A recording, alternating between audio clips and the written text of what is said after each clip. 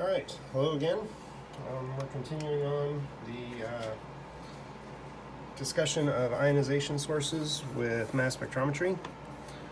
So, once again, ionization sources are the first step to analysis after the inlet to basically do conversion of a neutral species into ionic form, because we have to have that ion to get a mass to charge, which can then be used for mass spec analysis. So, kind of as a recap, what have we got through so far? We dealt with gas phase, nonpolar volatile compounds, samples that exist already in the gas phase, which we can do electron ionization or chemical ionization, EI, CI respectively, to not only ionize but fragment in EI or ionize with CI, then do mass spectrometry analysis. Very common with GCMS. We then moved on to liquid phase, where we were dealing with more polar, non-volatile compounds, where primarily we have electrospray ionization. There's plenty of iterations, modifications of electrospray, like nanospray, APCI.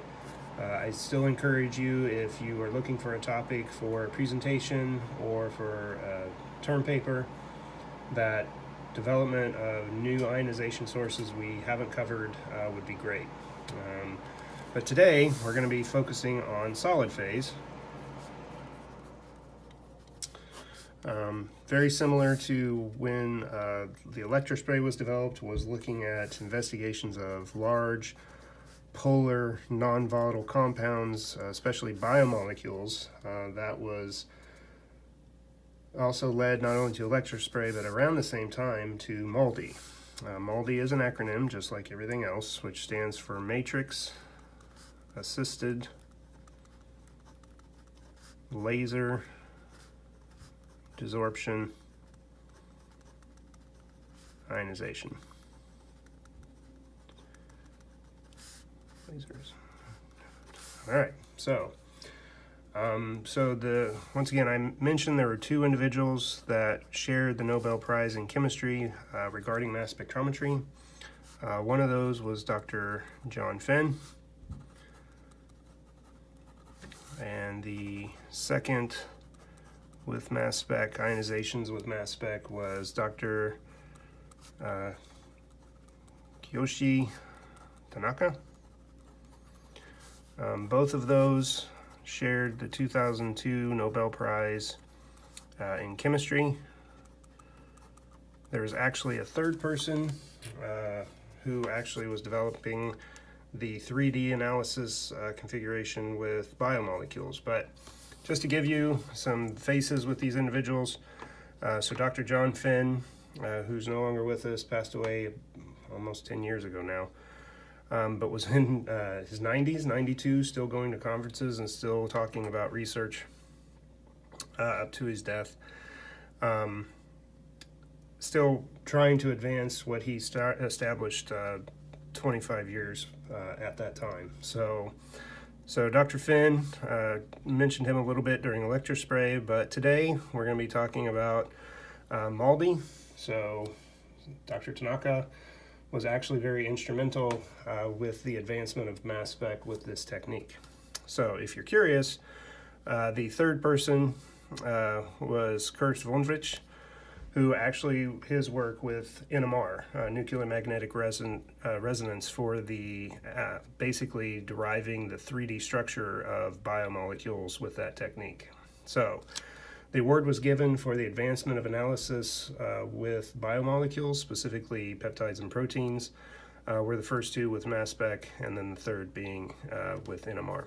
If you want to learn more about these scientists and some of the work they continue to do after the Nobel Prize, you can go to the website, which this is just the nobelprize.org, and research in chemistry. And for some of you, it's actually good to see what all the prizes have been in chemistry for the past 10, 20 years. It's actually a pretty good exercise just to see what advances people have started and continued in that time. So, by getting back to our technique, we have matrix-assisted laser desorption ionization.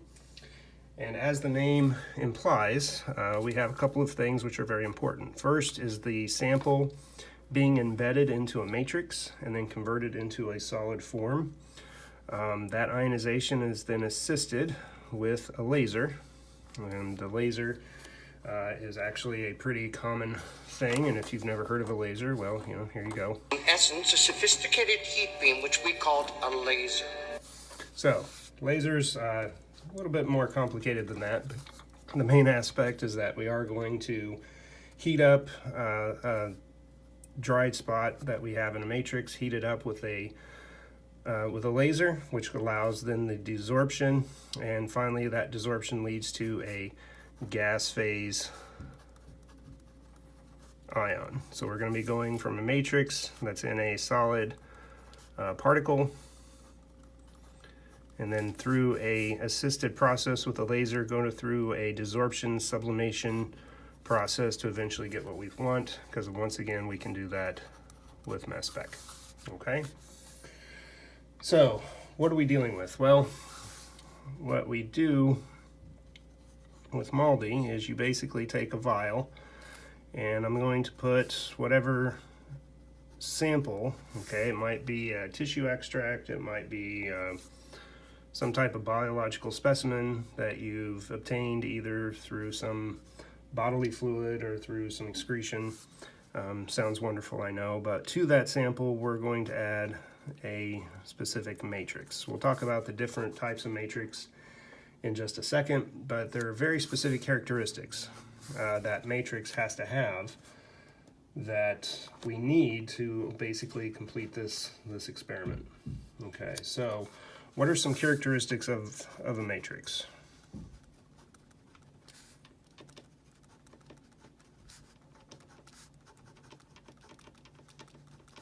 Okay, so characteristics of matrix. So one is it has to absorb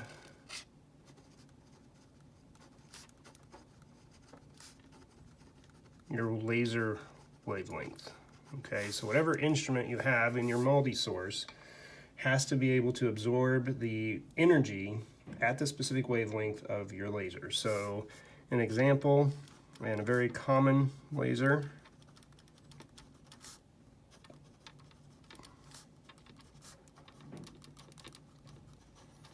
is a nitrogen laser, okay, which basically has a wavelength of 337 nanometers. Now that might be tunable, but it's usually only tunable one plus or minus 1 to 2 nanometers from that apex at 337. Now, just as a little further information, laser is actually an acronym itself, so while MALDI is an acronym, it actually uses a term that's also an acronym. So laser is basically light amplified sustained emission radiation. The S, sometimes it may be sustained, it might be stimulated. There's a couple of things people have used over the years for the S, but it is basically amplification of a light source to basically have high intensity power at very discrete wavelength emission radiation. So we need to make sure that whatever laser is in the MALDI source, the matrix has the ability to absorb the energy, and we'll talk about that in just a second. So the other thing is it needs to make sure it can basically dissolve, quote unquote, dissolve the compound or sample of interest.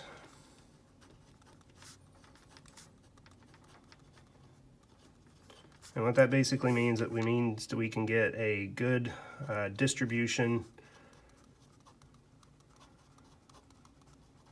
in the matrix. So if I have a compound that I'm using as a matrix where the sample basically balls up and it's in very discrete places in the matrix, that's not going to work.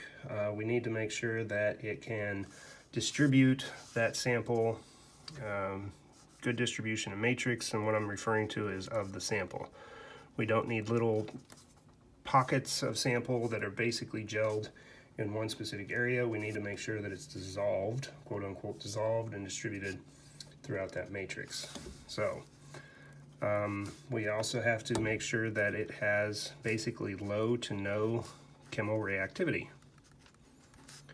with the sample.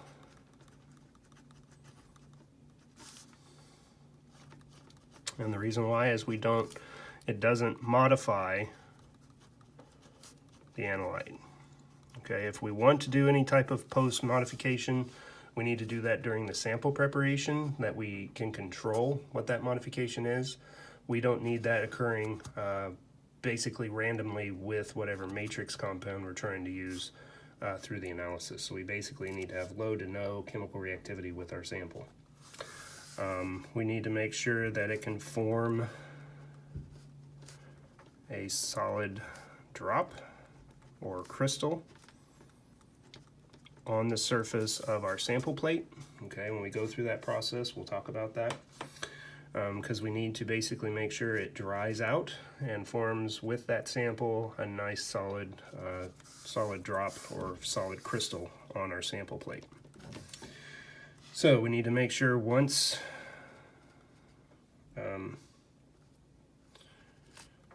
it's inserted, it actually goes inside a vacuum chamber. We'll talk about that in a minute as well.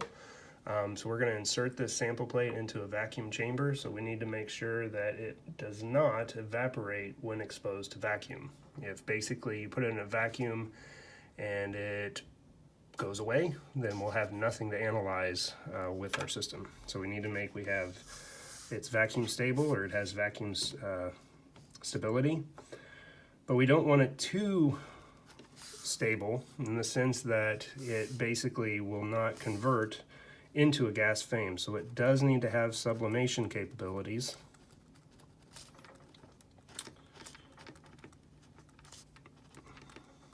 With our laser. Okay, so we are going to strike this particle with our laser. So we need to make sure that we have the ability to do that, because once again, sublimation requires heat, and we know that. It's in essence a sophisticated heat beam which we called a laser. Okay, so just driving that home, so while it is amplification of light, it will also cause thermal energy to build up, which we then need to have sublimation for that desorption ionization process. Okay, so hopefully makes sense the reason why we have the name as it is to this point. If not, then hopefully it will become clear as we keep going. So basic characteristics for the matrix. So once we have our sample mixed up with our matrix, what are we going to do? Well, we're going to get a sample plate. So a sample plate is usually just a metal plate. And if you've seen 96 well plates, they just look like these little dots. So on and so forth. Okay. All the way across and all the way down. So once I have my sample mixed up, so this is our mixture with our matrix and sample, plus sample. Okay, I'm going to take like a pipette tip or a glass rod, and I'm going to dip that in there, and I'm going to put that little drop onto one of those spots. So I can, with a single sample, do it multiple times, or I could do maybe 3 for one sample and then do 3 more for another sample, and so on and so forth. So I can mix and match as much as I want based on how many samples I have and how many times I want to do individual analysis. But let's blow this up. Let's take this single spot, and what is it going to look like? Okay, so if I was to basically flip this on its side, I would have my sample plate. Okay, and with my sample plate, I'm going to have this drop that I've added to my sample plate. And what is this drop? Well, I'm going to have molecules. These are very large molecules. These are not to scale. But some of these molecules are going to be my matrix. So I'm going to have matrix. Then I'm going to have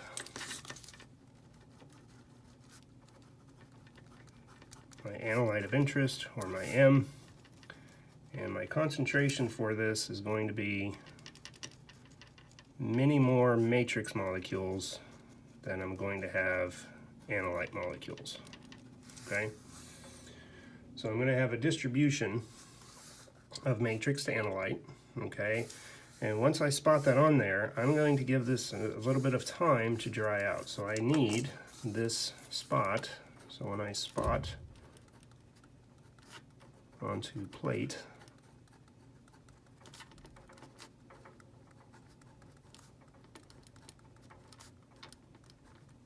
so I'm going to try to allow that to dry to like a solid crystal. Sometimes you can just set the plate, once you've spotted all your plate, you can just set it aside. There's some, when I was in a lab where we had a MALDI source, we had this vent where we basically had air coming down. It was just a very low flow stream of air, and the plate was basically set underneath that to basically help facilitate evaporation into a dried solid form. So once we form that crystal, okay, with, once again, with our dissolved analyte, so the whole point is we have a distribution of our sample.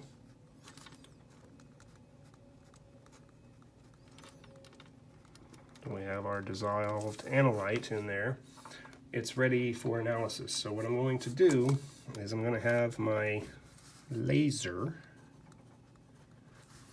Okay, so this laser is going to strike this spot. Okay, so we're going to strike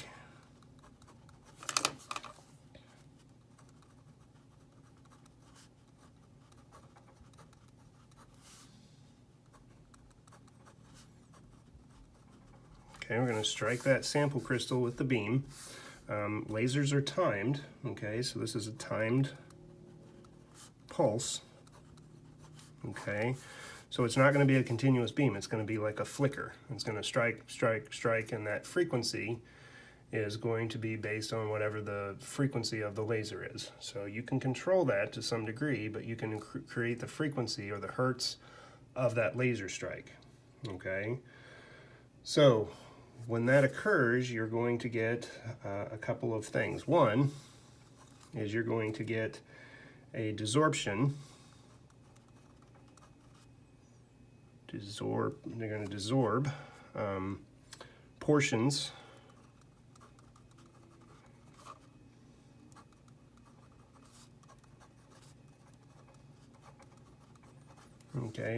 portions from that sample surface.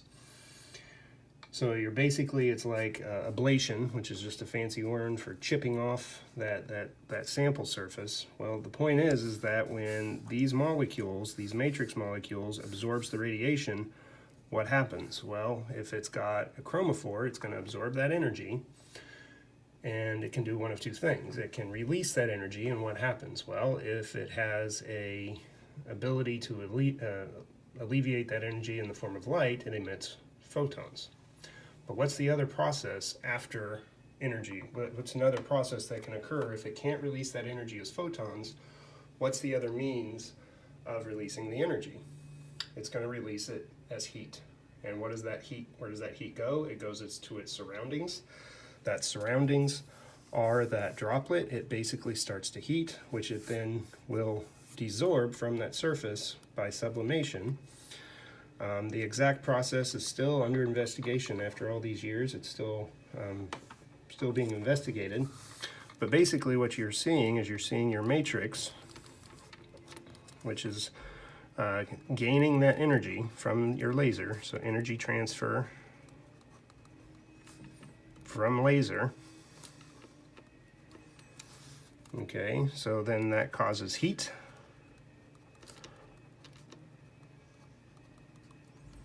Heat to sublime, to surroundings.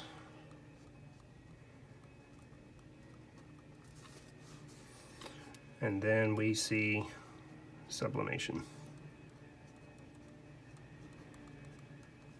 So sublimation is where you're going to see these particles go into the gas phase. Okay, so we're going to see then pieces breaking off, There could be clusters of just matrix, but then of course what we want is we're going to have pieces that we want. So there's going to be matrix clusters.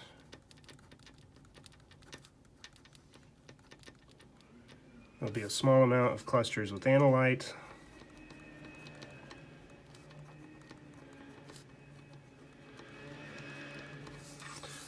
But the main one that we want is the formation of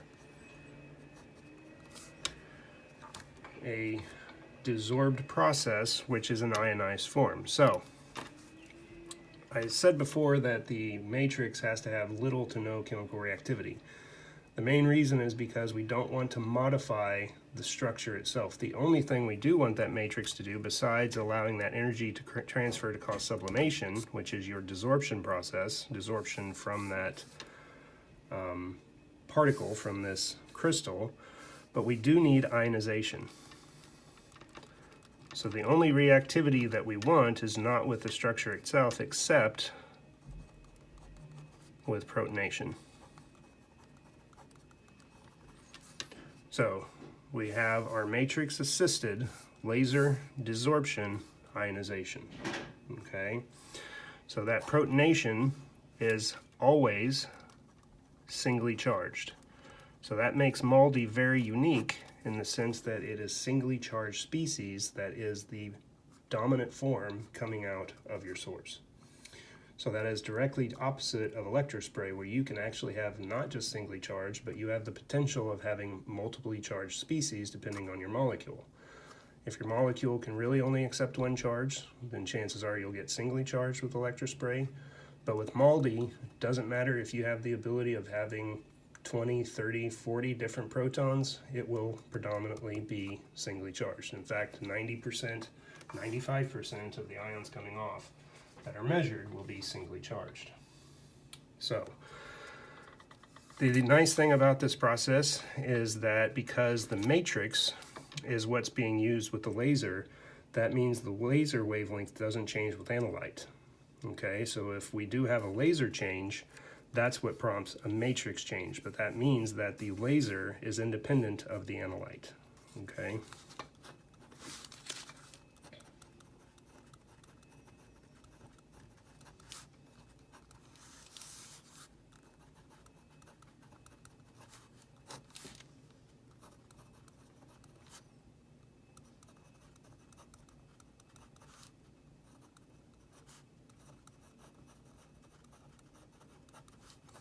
So that means that laser matrix combo are dependent to each other because the energy absorbing from the laser is with the matrix, not the analyte. Okay, so that's another reason why we have a low or soft ionization process, because the energy transfer is not to the analyte, it is to the matrix.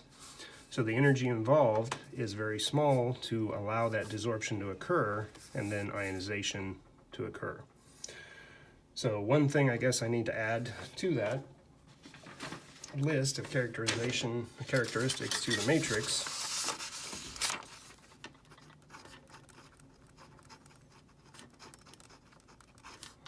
is it does need to be a structure or some combination of compounds where a proton source or a proton from that matrix is available to be transferred to that molecule. Okay. So that soft ionization where the energy transfer is to mostly the matrix.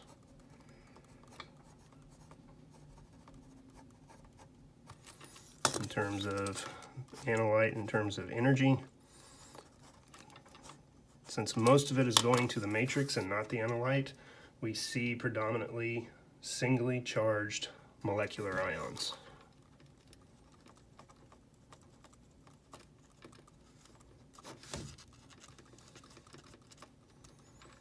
We can induce fragmentation in the source, which I'll talk about in just a second, but predominantly little to no fragmentation is a result of this process. With this laser ablation from the surface. Okay. Now, there's a lot of different compounds that can be used. Okay, if you look up in the literature about what different matrix, MALDI matrix people use, there's a variety. Some use single compounds, some use combinations. But just to give you an idea of a common one, we have the following right here.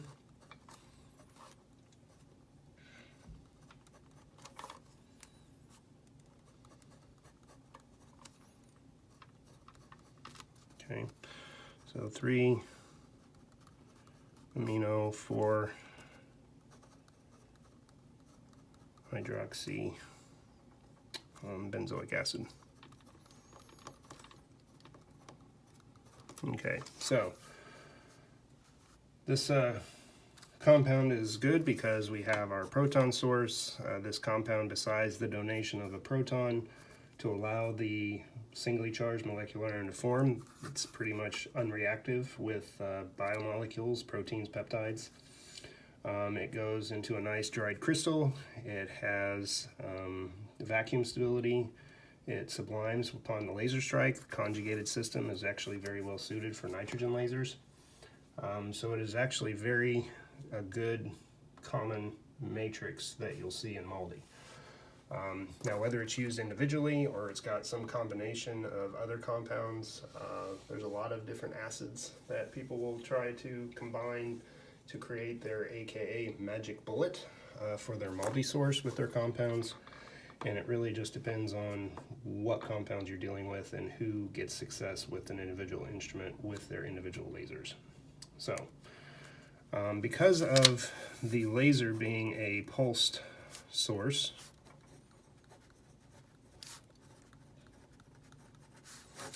we get very finite packets of ions. So if we get N plus H for an individual compound and you do a laser strike,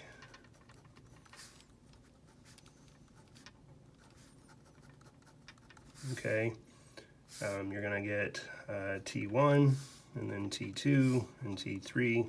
So every time that laser strikes, you're getting a ion packet of desorbed ions, actually desorbed a lot of different things, matrix clusters, different clusters, as well as your analytes, your individual N plus H's, at very discrete times. And the frequency of that will match the frequency of your lasers. So the frequency, and this will probably get a few snickers, is called a duty cycle. That's right, I said the word duty. If you've ever watched Wreck-It Ralph, it's, you know, it's like, hey, why was he so good at going to the bathroom? Because he had a good duty. Okay, that's good. So anyways, get that out of the way.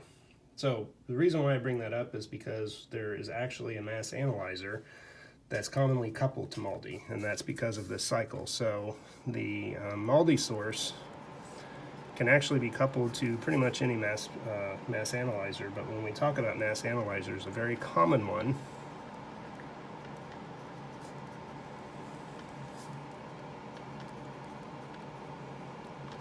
is the time of flight. So when we talk about how time of flight works, or TOFs, okay, time of flight, mass analyzer is basically a timed cycle process. So having a ion source, which is also a timed packet process, couples very well with time of flight. So when we get to that theory, remember that we're going to have to bring up this aspect of the cycle, this repetitive cycle, with the frequency of the laser and how that can sync with time of flight. Okay, so I did say also, so a few extra things. So just to recap, we have this pulsed ion source. We're getting mainly singly charged ions.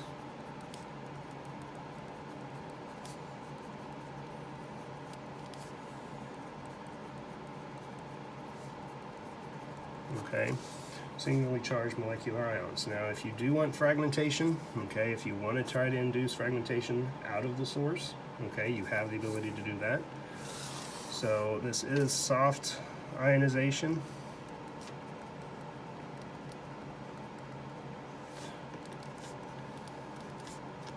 but you can induce fragmentation in source. It's not necessarily good to do this because the fragments of that molecule will be not as bunched together in space and time, so it makes it a little bit more difficult to analyze, but you can cause that fragmentation, and a couple of reasons you can do that is 3 different places. So what are the 3 different places in source you can do in-source fragmentation? So 3 places for in-source fragmentation.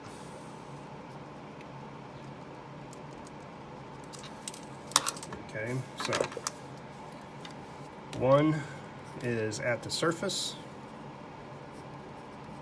Okay, so if I actually increase the laser power, okay, if I increase the laser power, I could actually put a lot of energy, so when I'm heating that up, I can actually thermally decompose the compound at the surface. Okay, so when it desorbs, it actually is already desorbing as fragments. So I'll have a percentage of some still staying as the molecular ion, but then actually when they leave the surface, they're already decomposed. Now,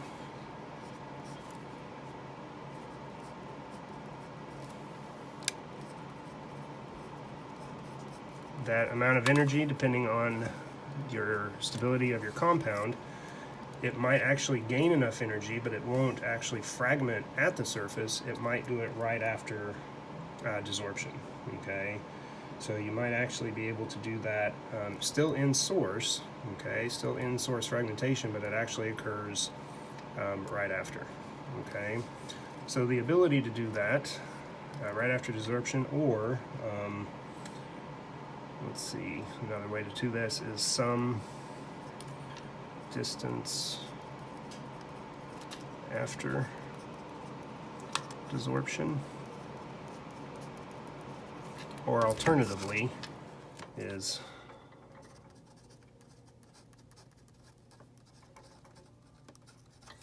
so we still do the process the same, but instead of giving it a lot of energy with the laser power, if we actually have some space after the desorption process, or actually even after the source, so it may not be in source, it might be after source, is you could actually add a collision gas. So you might actually flood your source, which should be under vacuum. I guess that's one thing I do need to mention. Is that your plate, you actually have a lock. So there's actually, if I have my plate with my samples, there's actually a process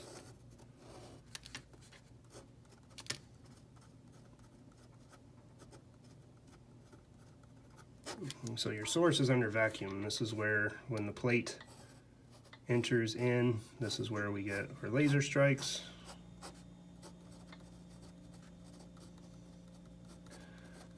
But to get it from atmosphere to vacuum, we actually have to have a, well, it's just like in your sci-fi space movies, you basically have a vacuum lock. So what happens is you basically have a couple of openings. So what happens is this door will open, it has a little holder, pops out, takes your sample plate inside this chamber, seals this chamber, and evacuates it out, and then it migrates it along the way. So step 1 is getting it into your vacuum lock, seals the door, it evacuates, so it pumps down to vacuum. And then once it pumps down, it opens your inner door. So we have atmosphere, pumps down, and then we move to our vacuum. So once it's in vacuum and we desorb it, we can flood this chamber with a collision gas. It could be something like nitrogen. Nitrogen is a diatomic molecule. It actually has a good collisional cross-section. Or things like argon or helium. Helium and argon are noble gases that are actually a very, if you think about them as a sphere, because elemental helium or argon are basically just atoms. They're actually like good destruction balls that you can slam compounds into. So as they're coming off into the area outside desorption, if I have basically gas molecules that these collide into, then you have the ability of having energy transfer. And if you get enough collisions, so collision gas, if you get enough collision with collision gas, then you can actually get fragmentation. Now once again, this only occurs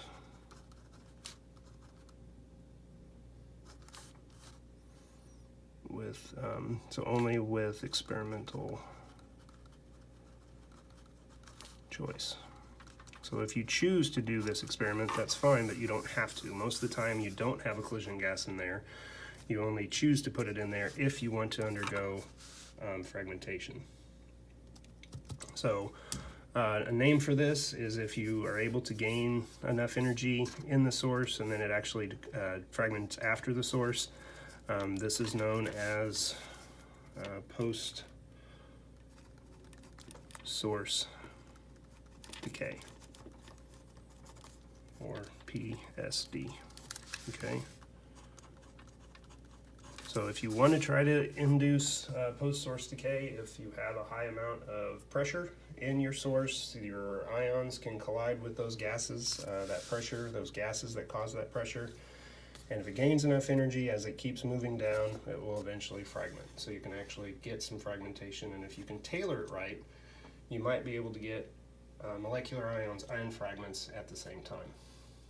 So those are some abilities. If you don't want soft ionization, you can induce fragmentation. Now one issue with that is that, like I said previously, it's really hard to control the energy transfer to that, okay? So the energy transfer is not, it's not as controllable through that process because those ions are still just being formed.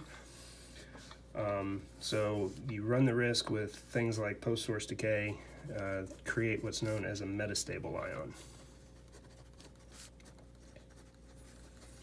And those are ions that fragment spontaneously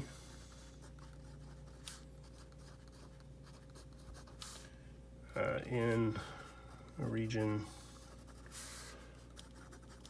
where no electric or deflection field is present. Okay, so what does that mean? It means that we're trying to maintain the beam, the ion beam. Okay, we want a nice stable ion beam of ions coming through, and we might do that with electric fields. We have ion guides or deflection fields, so we control the movement. So we want to keep it nice and compressed and in a nice motion. Well, if we do that, fragmentation, where if I still have my electric field here, okay, and these things are starting to fragment, okay, it's starting to fragment outside of that, I may not be able to control those and keep them compressed into a nice finite ion packet, okay? So that can kind of create problems, especially if I'm dealing with timed processes, if I don't have that control of those ions in space. And that especially occurs in the space between the source and the analyzer. So whatever my mass spec is, whatever my mass analyzer is, I need to make sure that I'm getting those ions in a nice compressed format, in a nice controlled format. And if they're basically decomposing, fragmenting in a space where I don't have that control, it makes it a little bit harder to get some good resolution. Your resolving power goes down. You might get ions where you get some which are nice and uniform, and then you just get some that are really not good because those are metastable. They haven't been controlled, so when they come out, they're just this big blob of ions that really don't correlate to a single mass to charge because they weren't coupled well going into that mass analyzer. So that mass analyzer is doing the best it can to deal with those, especially when we're dealing with time flights, okay, time of flight. So we still separate according to mass to charge with time of flight, but we do that according to its flight time, and we'll talk more about that when we get to mass analyzers. But once again, MALDI is really good with time of flight because it is a pulsed time process, and giving us these singly charged protonated ions. Now, a couple other things from your overview sheet, your ion packet. So what are some other things that we just need to touch on with respect to MALDI? We've kind of gone over the actual process, the reason why we have matrix, getting the singly charged system. But we can deal with very large molecular weights.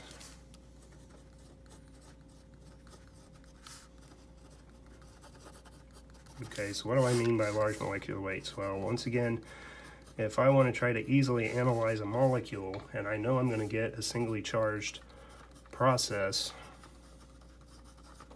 okay, singly charged with large molecular weights, well, if I have something that's 100,000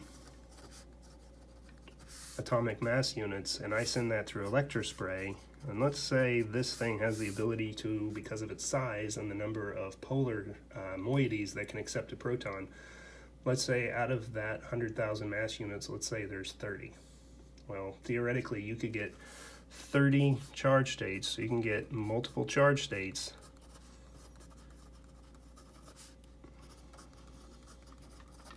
that you would have to basically deconvolute, just like we did in the previous exercises with electrospray, to figure out the number of charges, what those charges are, and eventually its molecular weight. Well, how much easier is that going to be if I basically can get that molecular weight, because the only thing we're able to do with that ionization is to get a singly charged. Now, they're still testing the size of what molecules they can do. These are not only just great for biomolecules, because once again, peptides, proteins, if you've never heard of those because you've haven't gone over them in organic chemistry or you haven't taken biochemistry, these are basically polymers. They're biopolymers, because once again, in review, what is a polymer? It is a compound with a repeating unit. Well, for peptides and proteins, that repeating unit are amino acids. Okay, so basically it is a chain where every single unit is a different amino acid. Okay, so string of amino acids.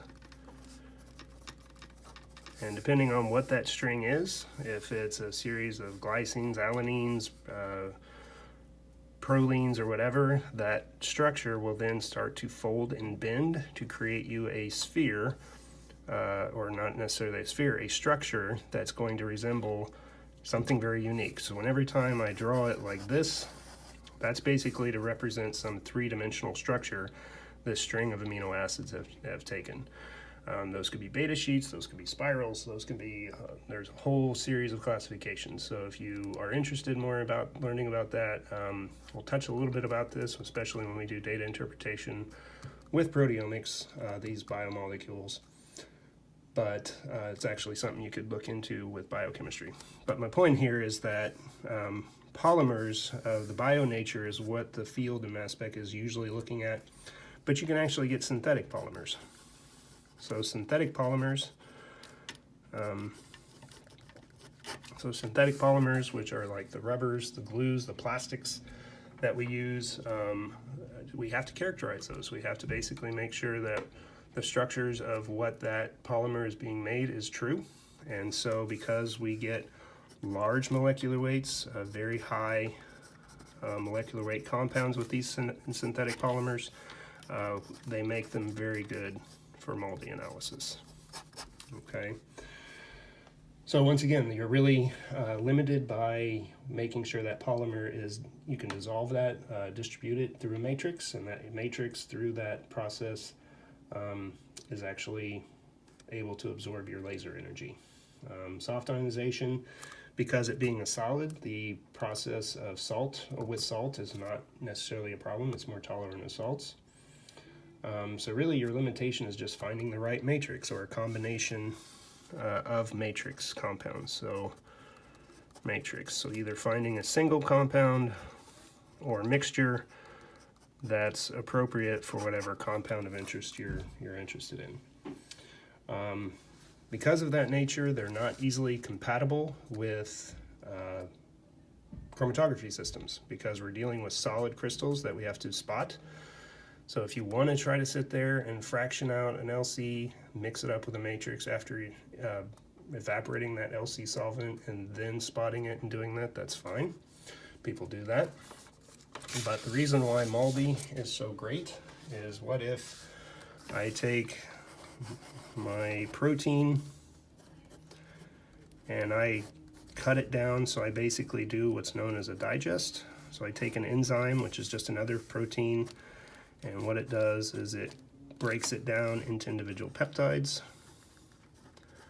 which are just like little strands. Okay, so if I take my molecular scissors with my protein digest, so I basically take my enzyme, and so my enzyme is basically nothing more than molecular tweezers, molecular scissors, and I cut up my protein into small individual peptides, and I also spelled enzyme incorrectly, so it's one of those days. There we go. So if I take this enzyme, which is basically my molecular scissors,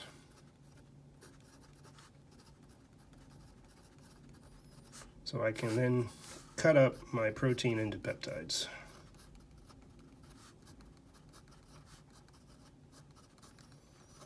Well, if I take all of these peptides and I put them in a vial, and I'm able to add my matrix, and then I spot that on my MALDI plate and I do MALDI analysis, well then what do I get? Well, I get a series of peaks where basically each peak, if I know that all of them are going to be singly charged, each of those represent a singly charged peptide. And as long as each peptide has a unique mass to charge, I can get what's known as a peptide map. So if I know from the Human Genome Project what proteins exist through a genome sequence, and if I can theoretically calculate every single protein that should exist in a human body, or actually any organism as long as its genome has been mapped, then I theoretically can digest, cut it at specific sites, and then I theoretically should know from an individual protein where those peptides are. So then when I run the data, I can basically cross-correlate a theoretical map with a real map to identify a protein. Okay? So that's why chromatography may not be necessary, because we know it's singly charged. We know that we don't have to worry about multiply charged states for a particular protein or a particular peptide.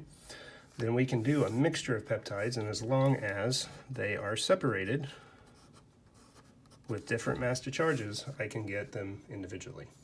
okay? Because that is one thing that I probably should mention in the introduction, but I can address that here. As a major limitation is the isobaric factor of mass spec. So isobaric is when two compounds have different compositions and or structure, but the same molecular weight. That is where mass spec is really challenging and kind of is a limitation. So what's one group of compounds that are always going to be isobaric? Those are things like isomers. Isomers where they have the exact same chemical formula, they just are rearranged differently in three-dimensional space. They have different structures. So while their chemical formula is the same, that means they have the same molecular weight, but they are not the same compound, okay? So with amino acids, you have things like leucine or isoleucine, okay? They have the exact same molecular weight for that amino acid, they just vary in terms of its structure. So when we do analysis, if we have a compound that could have a leucine or an isoleucine, we're not going to know which one. We try to investigate that through fragmentation patterns to try to get some information on between isomers. But if they're isobaric, they're still going to have the same molecular weight. So we do have to take that into account, not just with MALDI, with peptide mass mapping, but with all mass spectrometry analysis. Because you can have some things that, even though they have different chemical structures, they have the combination that equals the same. We talked about a couple, we did talk about a couple in the intro course, something between like CO and N2. So for something that's unit mass, you can't separate those because N2 is 28, CO is 28. It's only if you're able to interrogate those small variations beyond unit mass. So if you can separate those, but if your mass analyzer resolution is not that powerful, then you have to deal with that isobaric limitation. So once again, the overview sheet that I've provided for you from MALDI kind of summarizes all this with some better figures that I've spent drawing through programs more than just hand drawing, but hopefully this lecture gives you some useful information.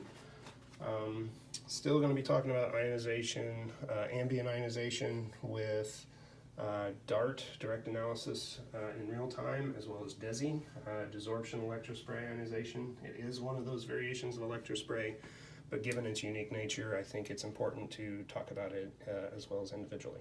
So, hopefully this clears this up for MALDI. I'm gonna have a assignment that kind of relates to ionization involving MALDI. Homework assignment posted, so hopefully that'll help you. Once again, the whole point of these is to give you practice, try to solidify these things in your mind.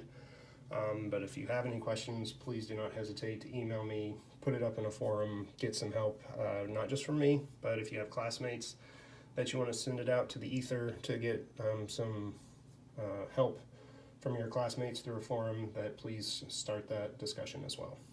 All right, until the next time, see you later.